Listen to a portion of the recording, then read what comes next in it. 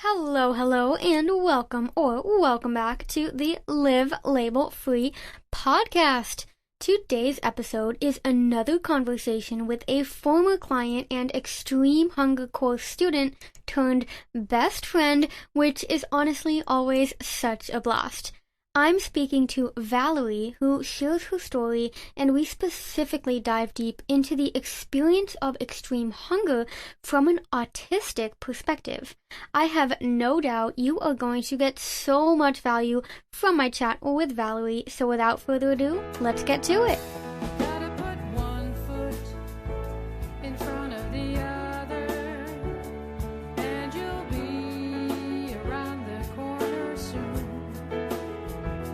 Welcome to Live Label Free, the podcast, where you'll learn to let go of limiting labels and embrace your unique brain.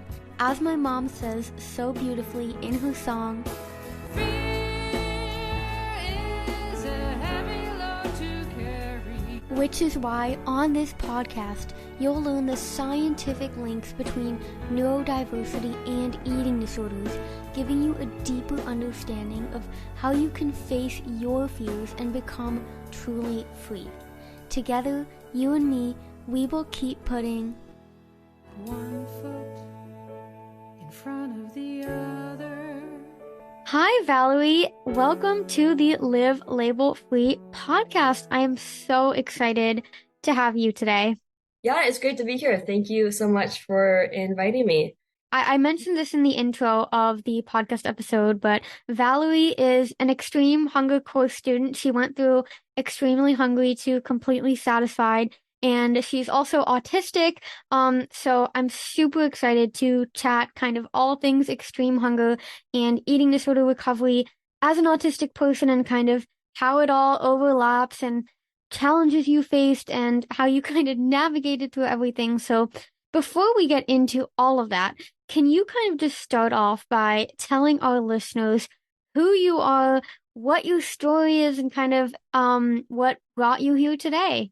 Yeah, of course. So obviously, my name's Valerie. I am a math grad student and math instructor. So basically, I'm a huge nerd. And yeah, so I just finished grad school, but I'm still working on my thesis. So I'm going to be teaching in Portland in January. So I'm excited about that. But yeah, so my eating disorder started when I was 14. There was kind of a lot of contributing factors to that. Like it's always multifaceted, I guess. But Yes. yeah, there's the biopsychosocial or whatever.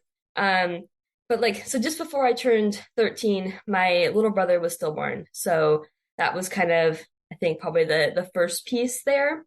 I had a lot of like survivor's guilt, kind of the existential questions, like why he died and why I was still alive. And I almost had like this need to prove that there was a reason that I was alive, like that I deserved to like be the one that survived. Mm-hmm. And so I think like I kind of first turned to school. That was kind of my outlet, and my Yeah. perfectionism with grades and with school. And I wanted to be the best and the most hardworking student. And in eighth grade is the first time I ever got a 4.0. And that's when I decided like this is something I can control. This is somewhere I can channel my energy. This is something I can be good at.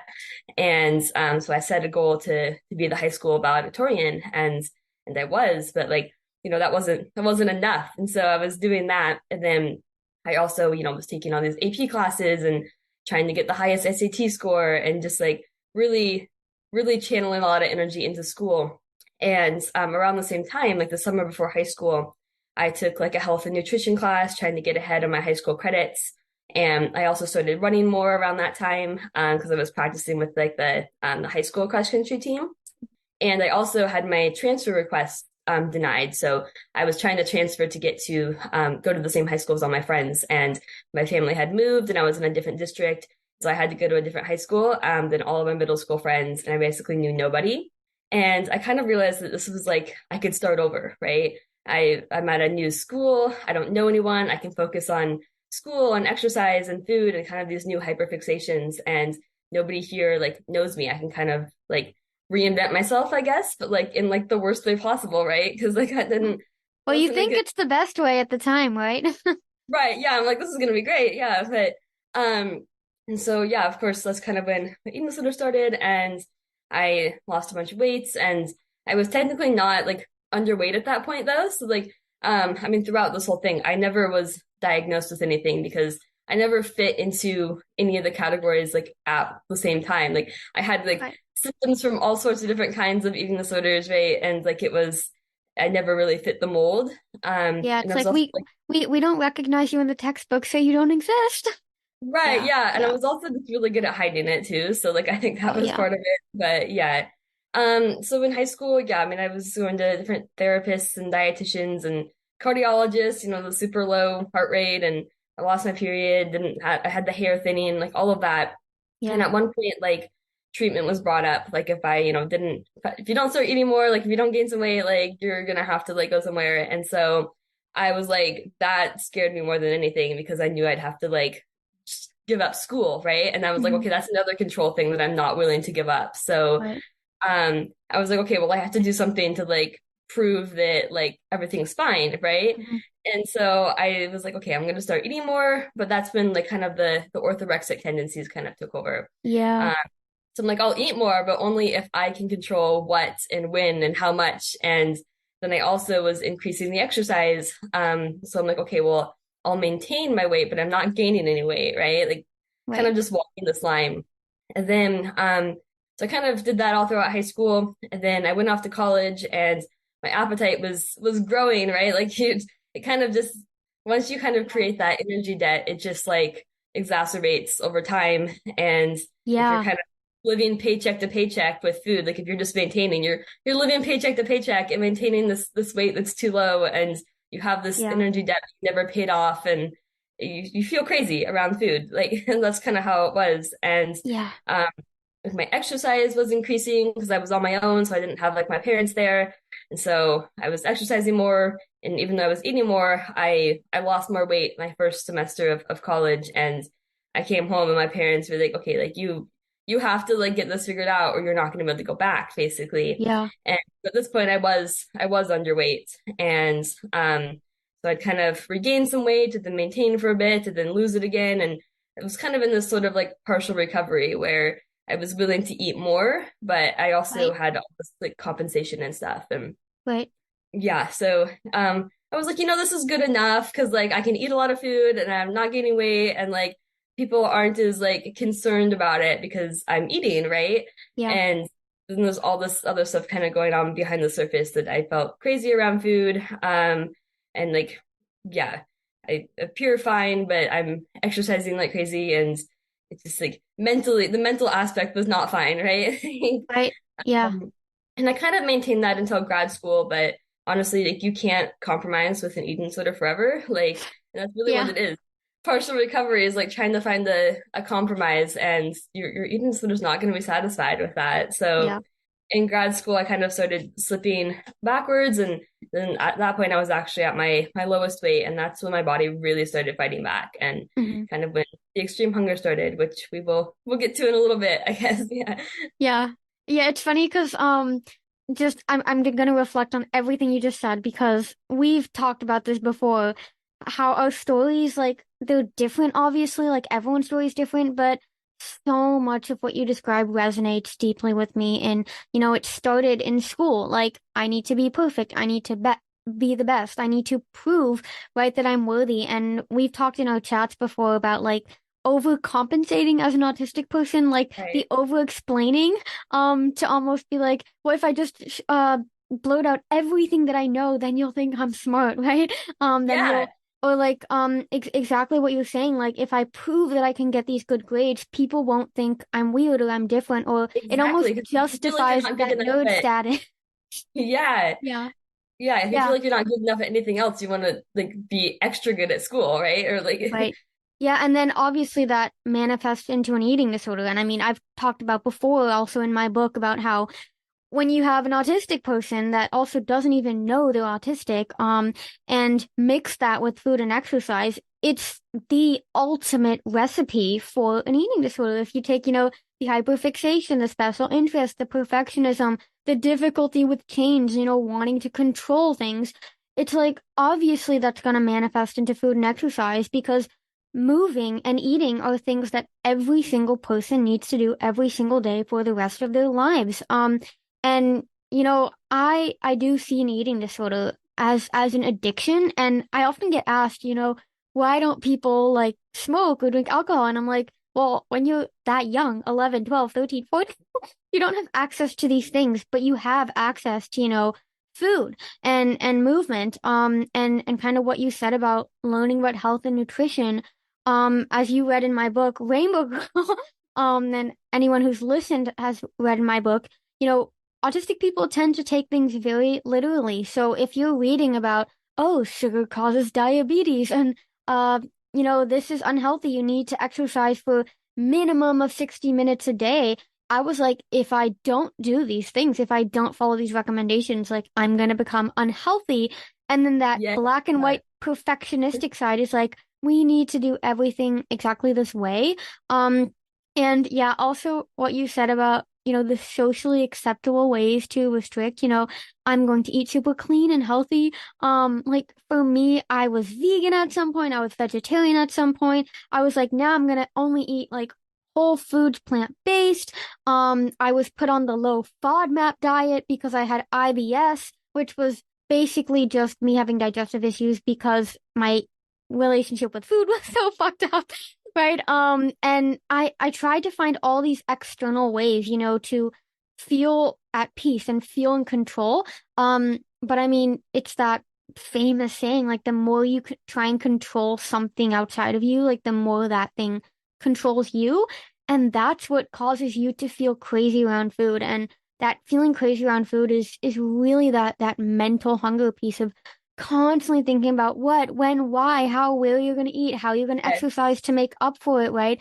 And then the moment you're with Oh no, food, yeah, I yeah. I used to, every morning I would go and do my run, and the whole time I would be like planning, like, okay, this is what I'm gonna eat later, this is what I'm gonna eat tomorrow, this is what I ate yesterday, and it's like Mm, honestly, like every day was kind of the same. It was like Groundhog's Day, and so I'm like, yeah. I don't really need to be planning this, but yeah, Yeah. definitely It's always like think, it like becomes a math equation, which yep, yeah, is funny and it fits your personality totally. Yeah, because I feel like that's a very autistic thing is I either when I speak to autistic people, they either are very good at mathematics, and like they love the subject, or they're like totally not my thing. I feel like there's no in between. yeah. And I was one of those people that, in my free time, I would just go do algebra homework, and my sisters were like, "What the fuck is wrong with you?" And I'd be Oh like, my "No, gosh, but yeah. like I I loved it." once brought my calculus book on the plane because we were going to Hawaii, and I was like, okay, well I Uh-huh. can finish my homework on the plane on the way there. Yeah. And the TSA agents had like apparently never seen anyone bring a textbook on a plane before. And so they like stopped me and they confiscated my book and they were like flipping through it. They were convinced I had like hollowed out my calculus textbook to like smuggle stuff or whatever. And so I got like holed up in security and I'm like, I promise you, it's just a math book. I'm just a nerd. Like I'm just trying to finish my homework. And yeah, That it was that's funny. so funny actually that you mentioned that about the security. Like I feel like this is off topic, but another thing that I found is apparently really common among autistic people is we are always like suspected by security guards. And this like first happened to me when I was in my eating disorder and I looked like a skeleton honestly. And whenever I'd go to this one grocery store, there was this huge buff security guard. He would always follow me. And sometimes, my parents would come with me and they'd be like, why the fuck is that guy following you? And I'd be like, I don't know. He always follows me. And, I thought it was because, I looked like that. But then later in my life, when I looked healthy on the outside, even though I was still struggling with an eating disorder, right? People would still follow me around. And then later on, there was this reels that I saw on Instagram about I don't remember the account, but they were saying, yeah, whenever I go to the store, security guards follow me. And then reading through the comments, like all these autistic people are like, oh my gosh, I thought I was the only one. And I thought about like, why is that? But I think it's almost like we are so hyper alert and hyper aware of our surroundings that it maybe looks like we're like really cautious or something that I feel like maybe Suspicious. security Yeah. guards are like, why is this person acting like that? I don't know. This is just my theory, but I just thought that was super interesting. And yeah, I used to always bring my homework when we would go out to dinner. I would just bring my homework, and while we were waiting for the food, I would just be doing my homework, and my family's like, Livia, this is so weird. Like, why don't you just talk with the family? And I'm like, but I Yeah. don't want to talk to you. Like, I just want to do my homework. Um, yeah, Teachers say the same thing when we had like 2 minutes left of class and I was like pulling out my homework and they're like everyone else is like on their phone or talking to their friends and you're like over here like trying to get in two math problems before the bell rings. I'm like, right. yeah. Like always trying to make as much use of your time as possible.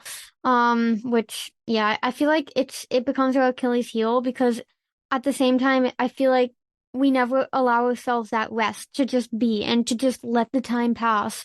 Which can cause that like constant state of like feeling rushed and feeling in fight or flight mode. Which I'm writing a book about now. And Valerie, I actually quote one of your messages in that book because you said it's so funny, Olivia, how you're writing a book about getting out of burnout while you're in burnout. And I actually quote that sentence in my book. That's But great. yeah, I'll have to tell you about that later.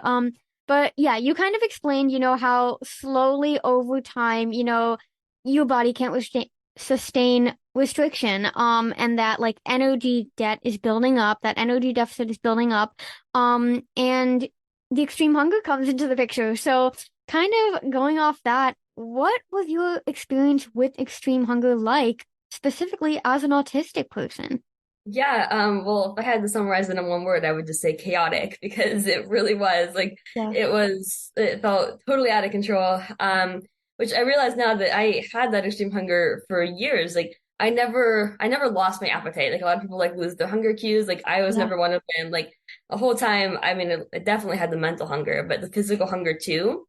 Hmm. And when I realized that I couldn't really resist that physical hunger or that mental hunger, that's when I was, compensating with the exercise. So I'm like, Yeah. okay, well, I really want to eat, so I'm gonna eat this food, and then like I don't want to gain weight. And um, but I was kind of only giving in conditionally in undergrad, right? Like I was only with Right. healthy food and only with compensation, and basically trying to eat as much as I could without gaining weight. And so um at dinner we'd have the dining hall and it was unlimited food and I would kind of like be like, okay, well I know I'm gonna eat way too much at dinner, so I'm gonna eat less during the day because like Right. when there's unlimited food available, I like all my willpower went out the window. I'm like, okay, well, like as much as I tried to eat like a normal person, I was just eating everything and I felt crazy because I'm like, I still want more food. And even though I'm like bloated and full and it was like every day that was happening. And then I was like, okay, well now the next day I would exercise and try to eat less in the morning. And then like it was just this constant cycle.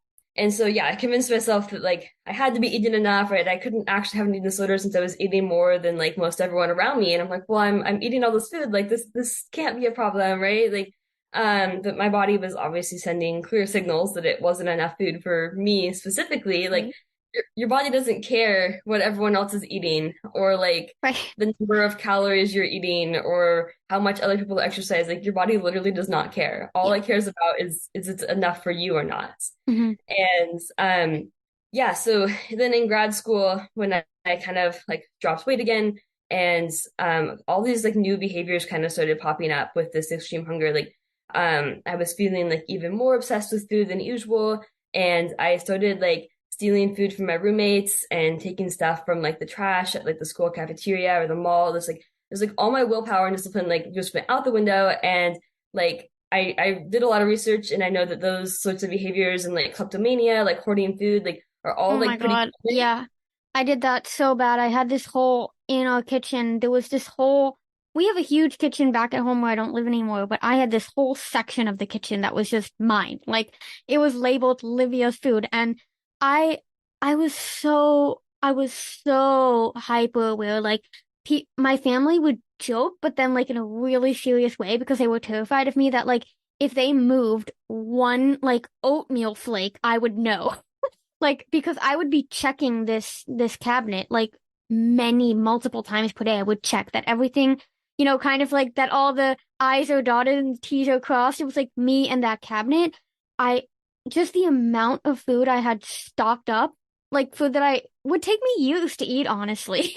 Um, it was just like perfect. And yeah, I was so afraid that my family would touch it, but I made it very clear, like this is my food, you can't touch it. And I mean, looking back, it just, from a biological perspective, makes so much sense because if you're starved, if you were deprived of one of the most vital human resources, obviously you're going to act like a psychopath because you're Right? protecting your Yes. survival. And yeah, you brought up a really interesting word. You said the word willpower. And well, one word, two words, discipline, and three words, normal person.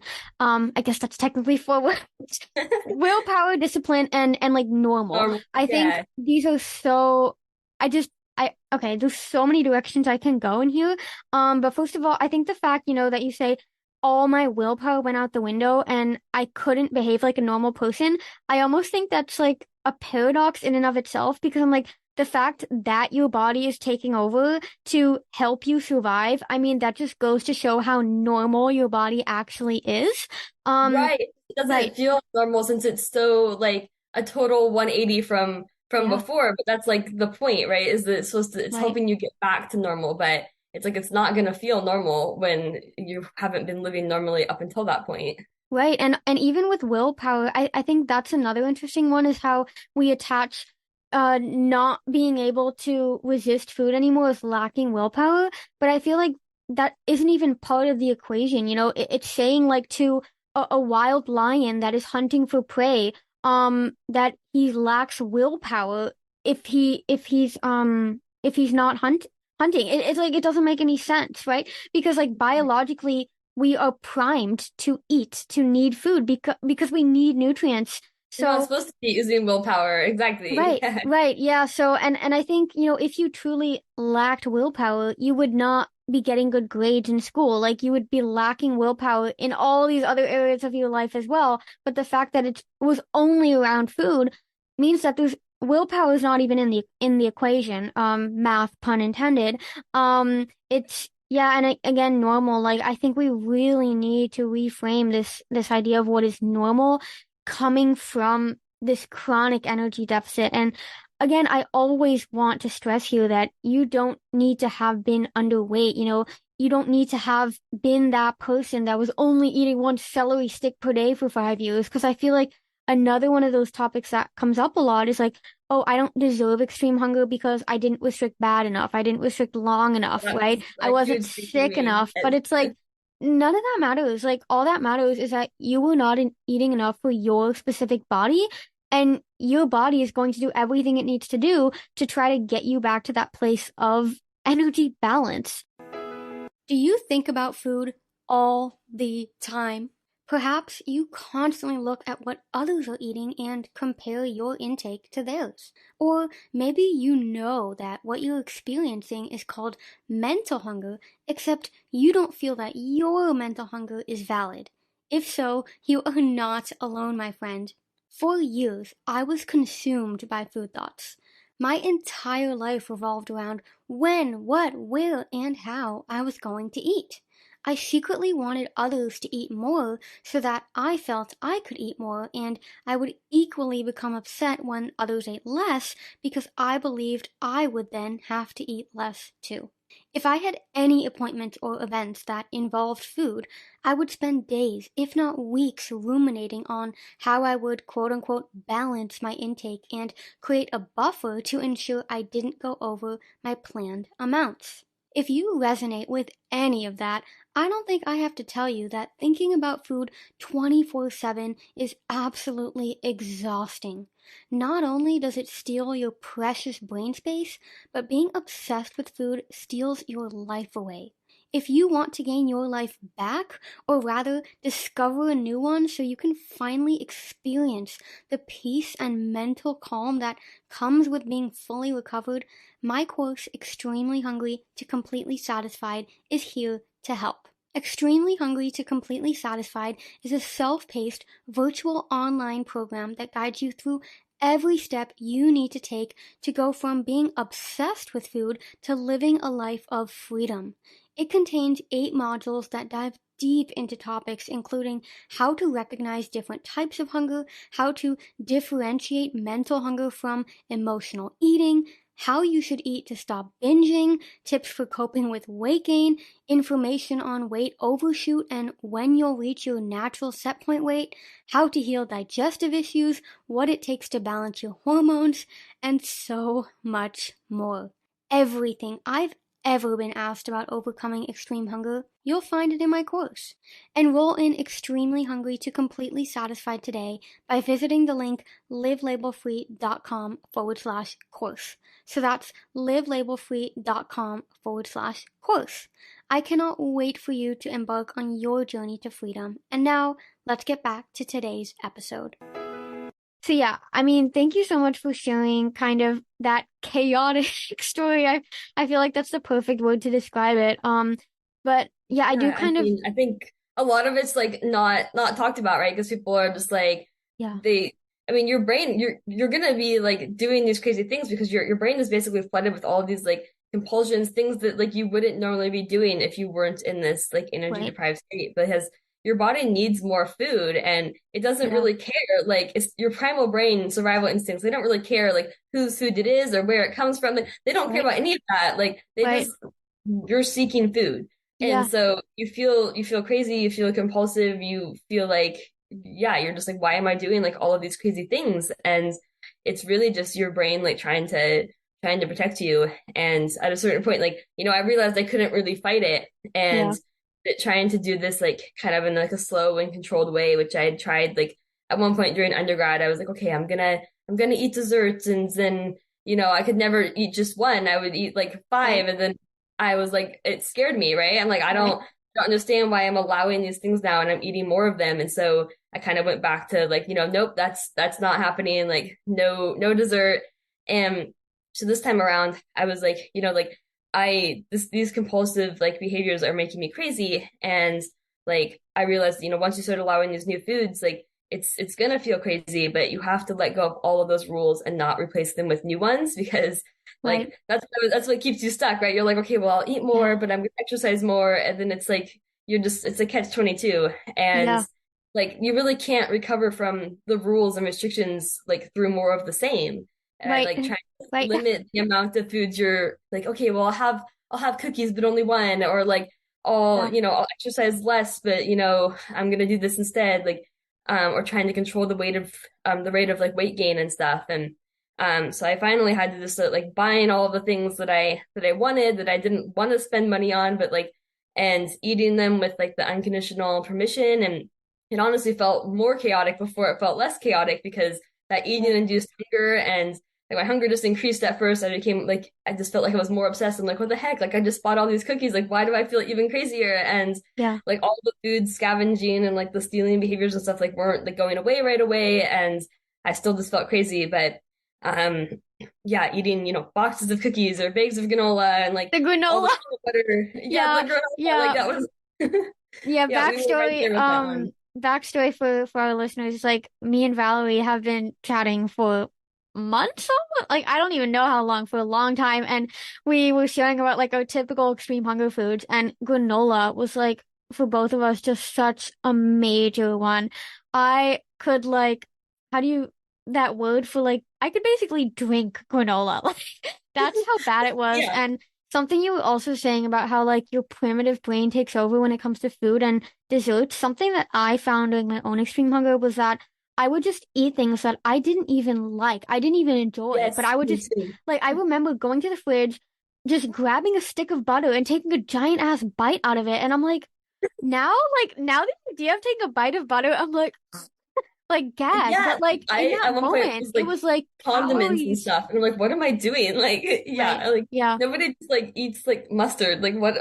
Why would I even Yeah. do that? Yeah. But yeah, things you Yeah. didn't like, or yeah, it's just like your brain doesn't care if you like the food or like if it's not even your brain is just like there's food and you're gonna eat Right. it, like, and you don't have a choice, and that's Exactly. what it feels like. But Yeah, so kind of going off all of that, I think we just dove into really the extreme hunger piece. I'm wondering do you feel like there were additional challenges in your extreme hunger recovery journey due to the fact that you are autistic? yeah, I mean, I guess I don't really know because I don't know what it's like to not be, right? Like I don't know Right, what the right, right. alternative is, You know, that's but a really good point. Um, yeah, like I didn't actually really know that I was autistic. Like my parents had kind of always suspected it when I was younger because I was like sensitive to noise and lights and stuff. Like you know those like automatic flushing toilets, like those scared the Oh my heck out God. of me. Yeah. I would refuse. I'm not going to the bathroom. Like we're just gonna have to go home because like I will not do Right. it. And at one point, my dad like put his hat like over like the thing, and I didn't bring his hat back out. So I'm like, I didn't want to take it off because then it was gonna, anyway. Yeah. So just like the noise and the light sensitivities I always had. I never really like had an easy time making friends with people my age. Like I hung out with my parents and with adults and stuff when I was Right. younger and was just mature for my age and, good at math. And like I had the hyperlexia. Like I was very talkative when I was younger, like a very big vocabulary.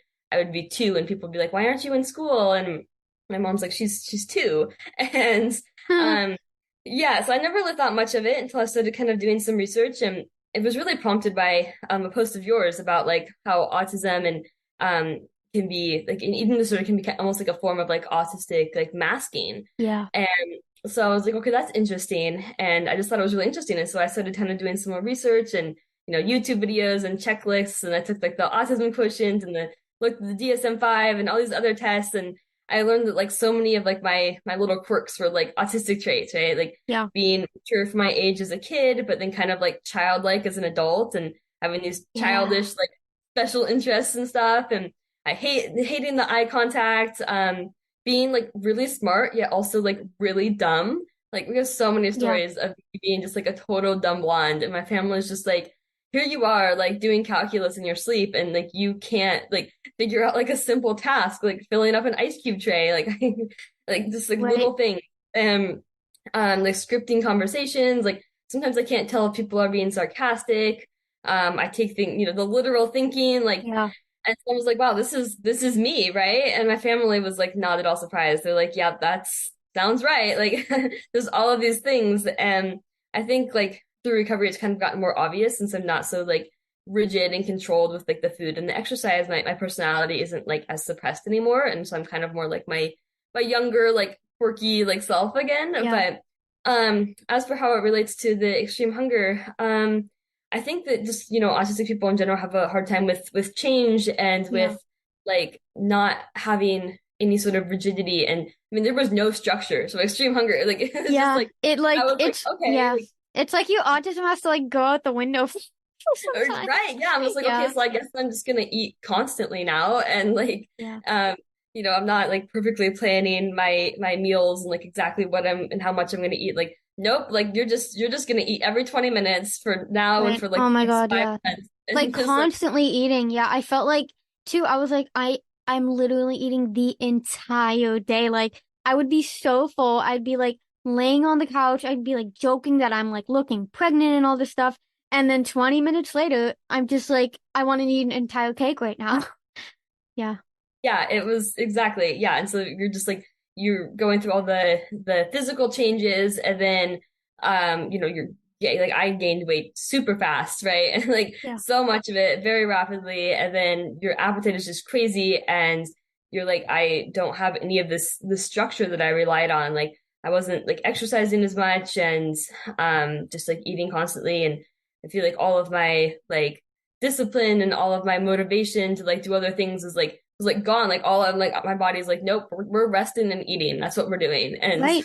Right, because all that energy, needs to go to the healing process. And I think, there's so much fear around extreme hunger, especially from that autistic perspective of, wanting to be in control, wanting to have these routines in place. And I think one of the hardest parts about extreme hunger for me was that it was so incredibly unpredictable. Like, if I knew, like, I'd be eating five apple pies and 2 pints of ice cream and 2 jars of Nutella and 1 jar of peanut butter and 2 loaves of bread, I'd be like, okay, I can mentally prepare for this. But it was like the eating induced hunger, that term you mentioned, and I want to touch on my course in a bit, was that like I would think that I was hungry for, I don't know, 2 Nutella sandwiches. And as soon as I was done, I was like, well, now I'm more hungry than I was before I started eating. And it yeah, would open the floodgates to what I call Hungerland. Like, and it's like you have to like kind of walk through kind of Candyland, I guess. Like walk through the whole game before it's like, okay, now you're done. I Yeah, and don't I know if would that makes try to any sense.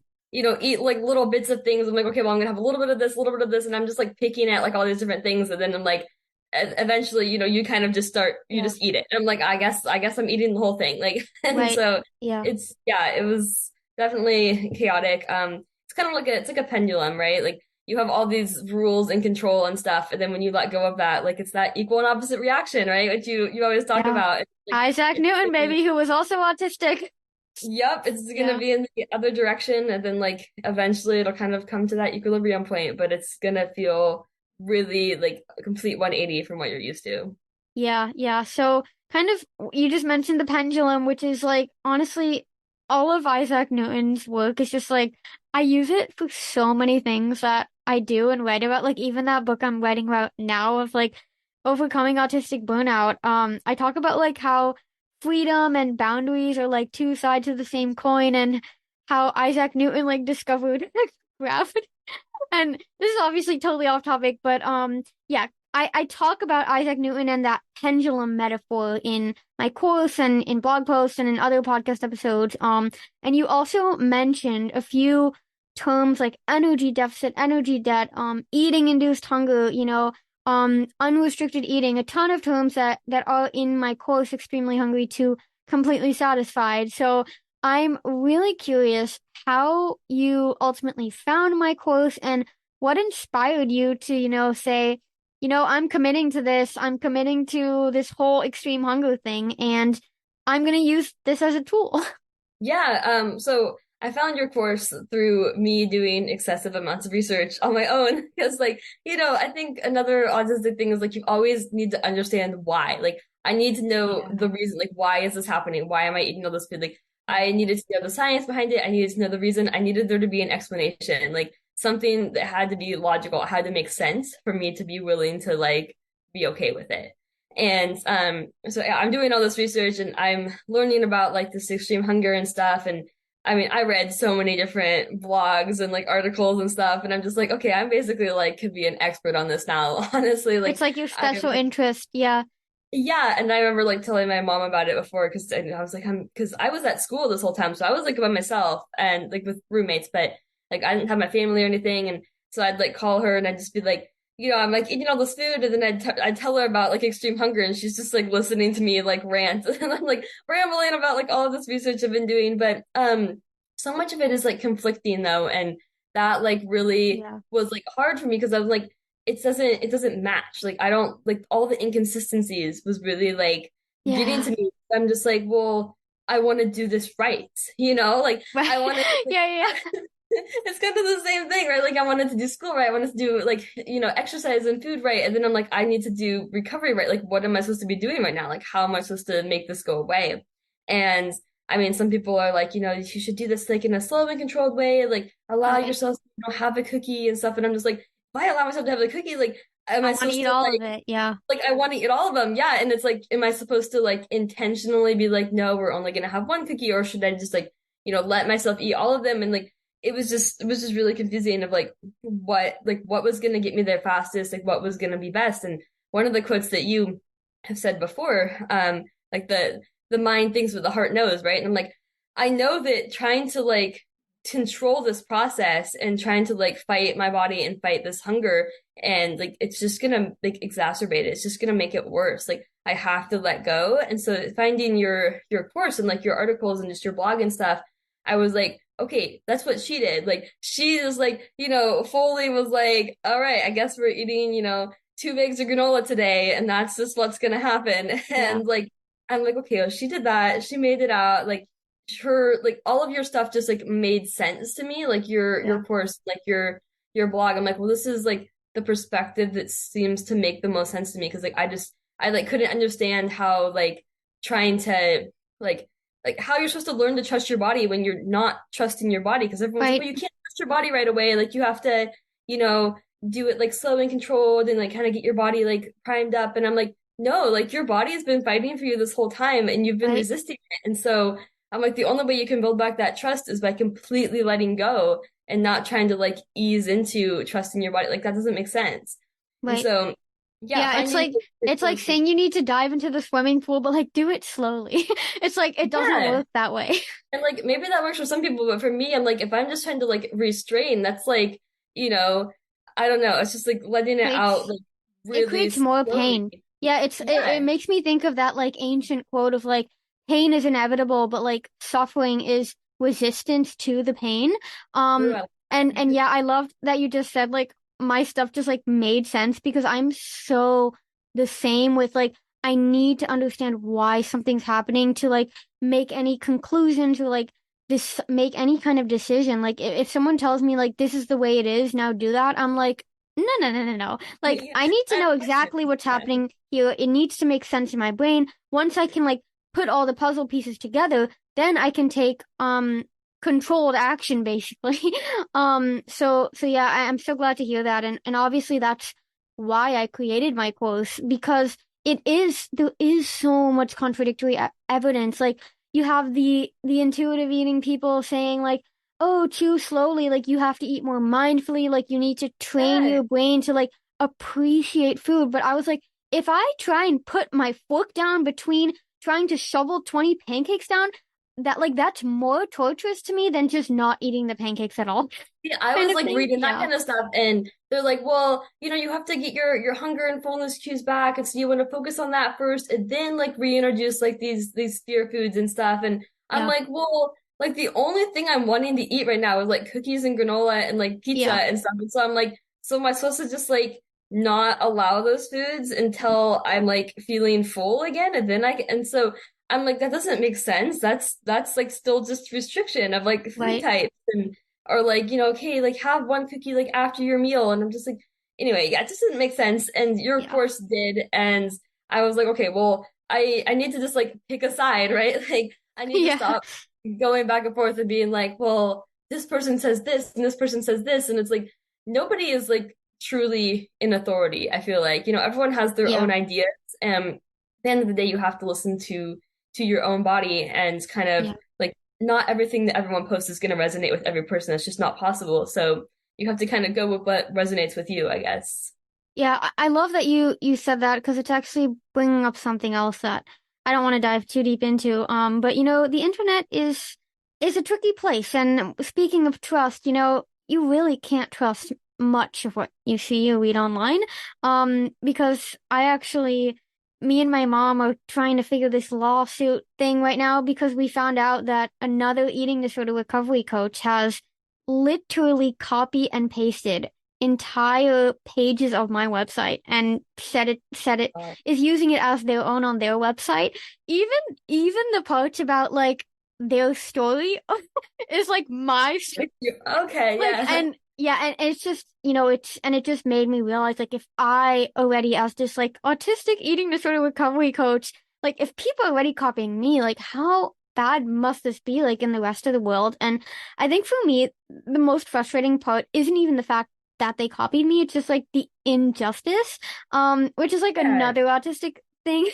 But yeah, Yeah, kind of like, going off topic, but I think the main message, what you said is, you're always, whatever you believe, you're always going to find something on the internet that's going to contradict it. Or whatever racial one person bias. says, Like, you're going to find information that's going to contradict it. Like 30 years ago, like the egg yolks were like the devil's egg, and you could not. Okay, that's totally a bad deviled egg because I know that's a thing.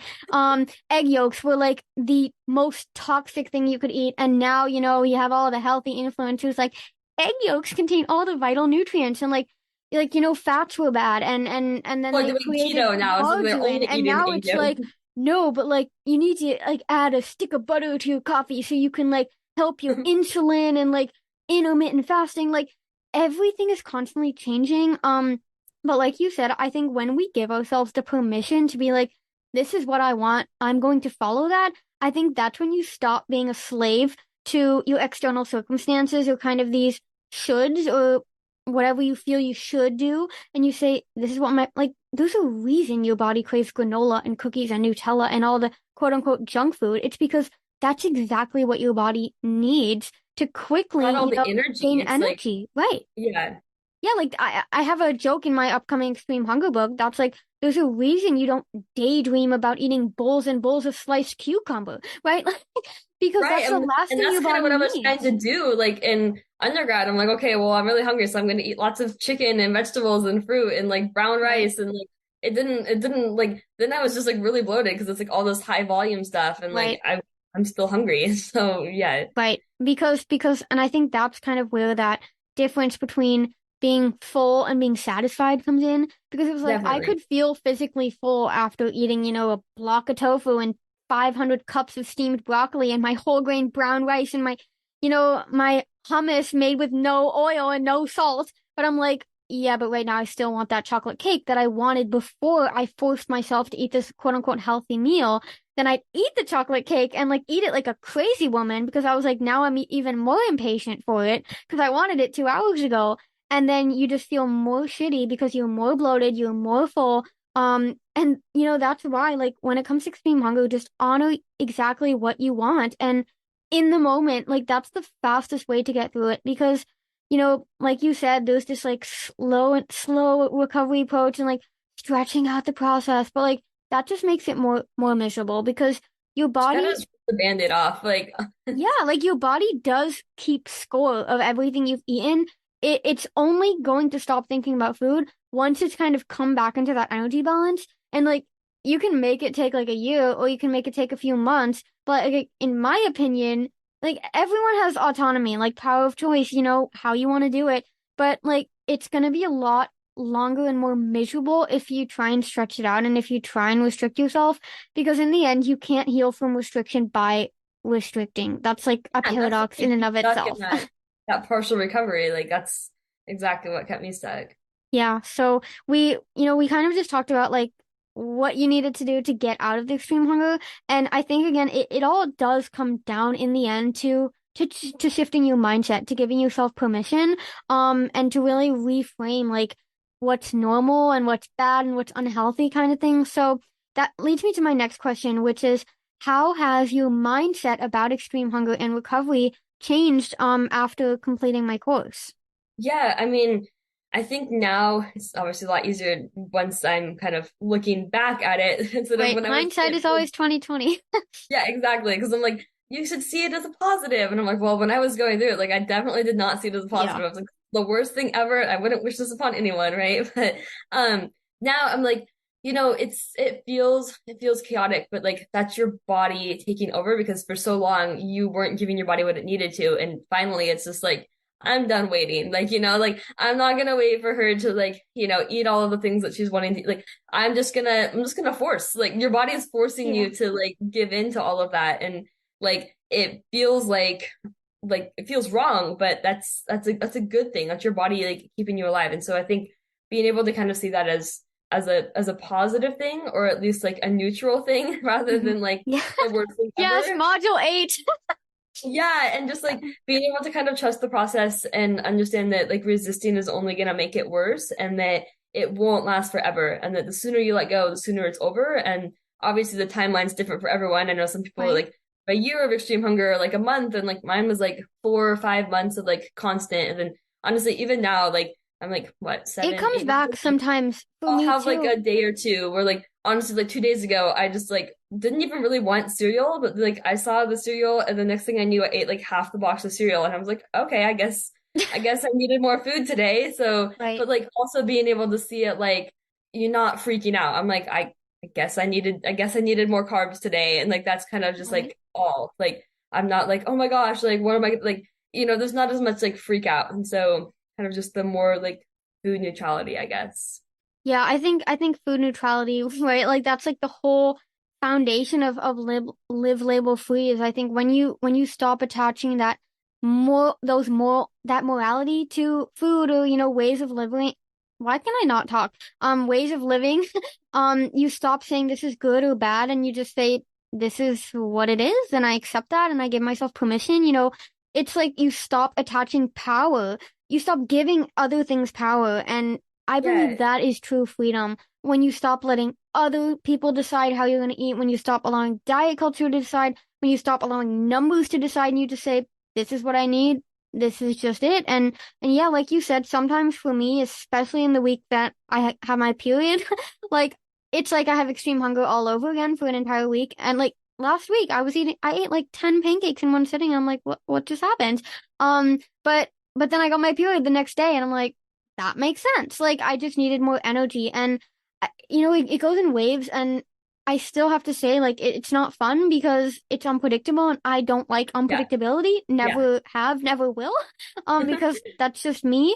But at the same time, again, like, the more I resist it, the more painful it's gonna be.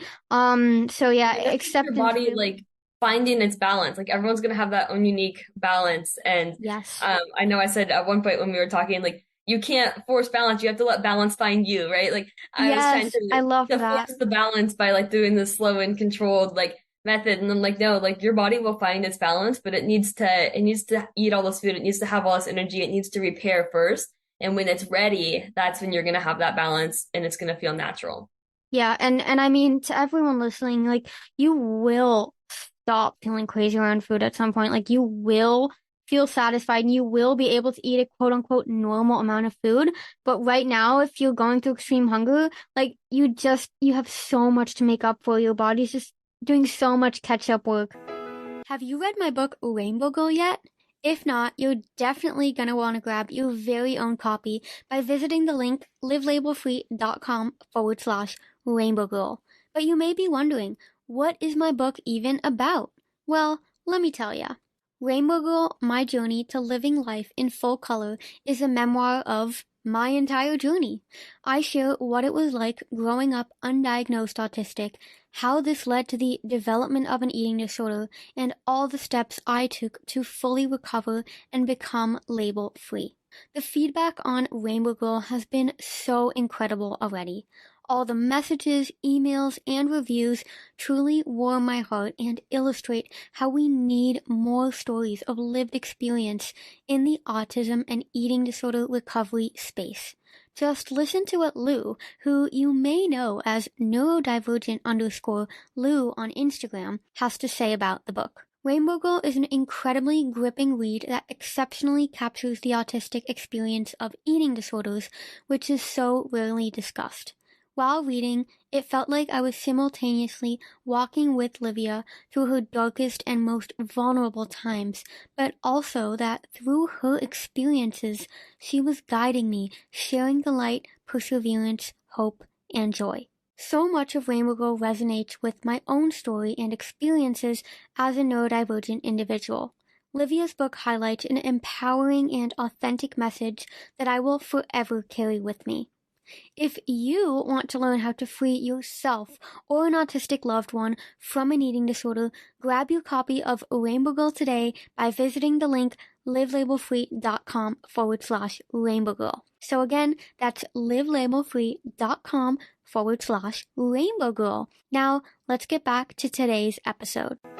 Valerie, you just like you just gave so many like little snippets of advice, do this, like this is how I did it, this is what helped. But to kind of like conclude this episode, what would you say would be like your top advice to other autistic individuals who are experiencing extreme hunger?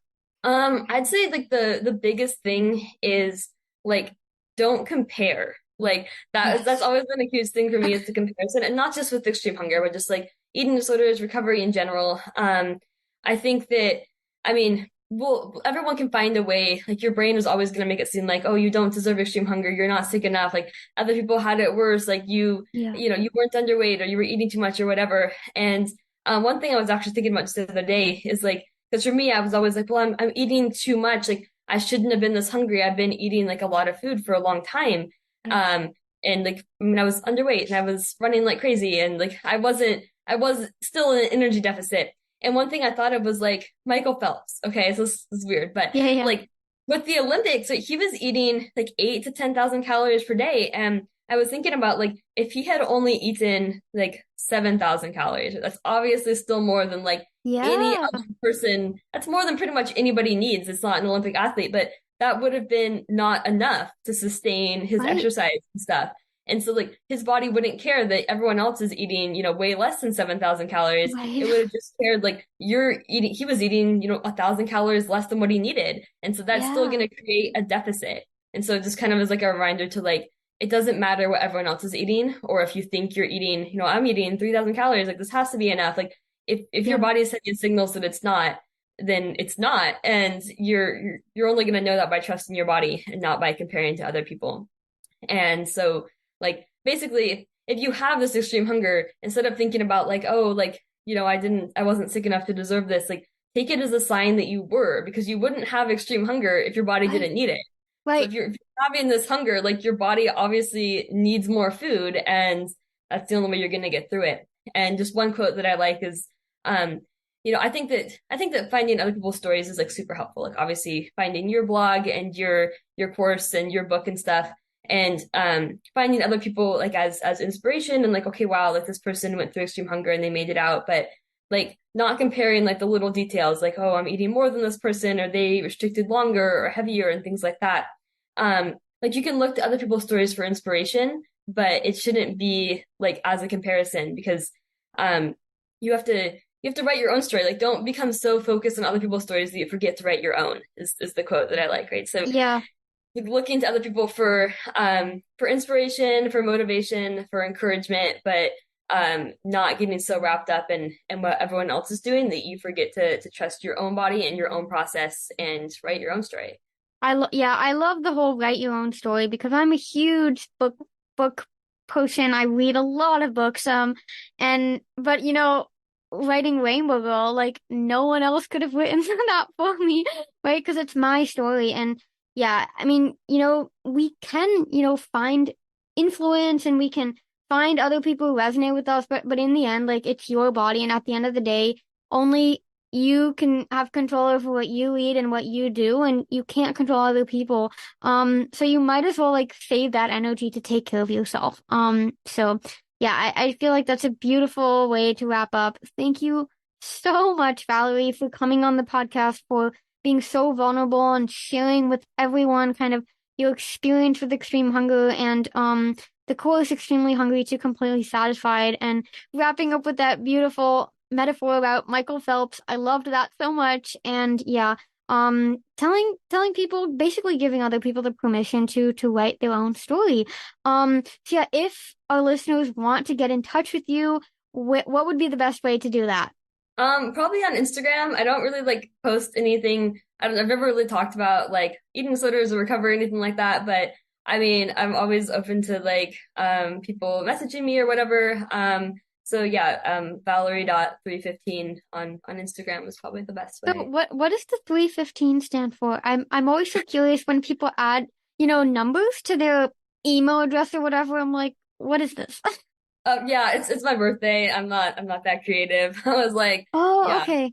um, Yeah, well, it makes sense because I always add 19 or 99 to things because I was born right. 11/19/1999 at Yep, lots of 11:09, ones times. as you know, because it's like the first chapter of my book. But yeah, thank you again so much, Valerie, and everyone else listening, everyone else. When I never know how to wrap up podcast episodes, like I have like so many episodes, and I'm like, what am I saying?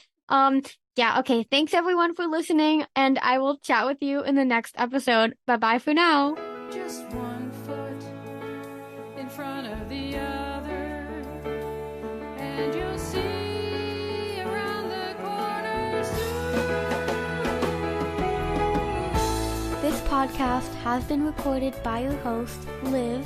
This podcast has been edited by my small but mighty Live Label Free team, and the beautiful song One Foot in Front of the Other that you are now listening to was written and recorded by my beautiful mom, Louise Alexandra. I am so grateful for my team and everyone who supports Live Label Free. Together, we are always stronger.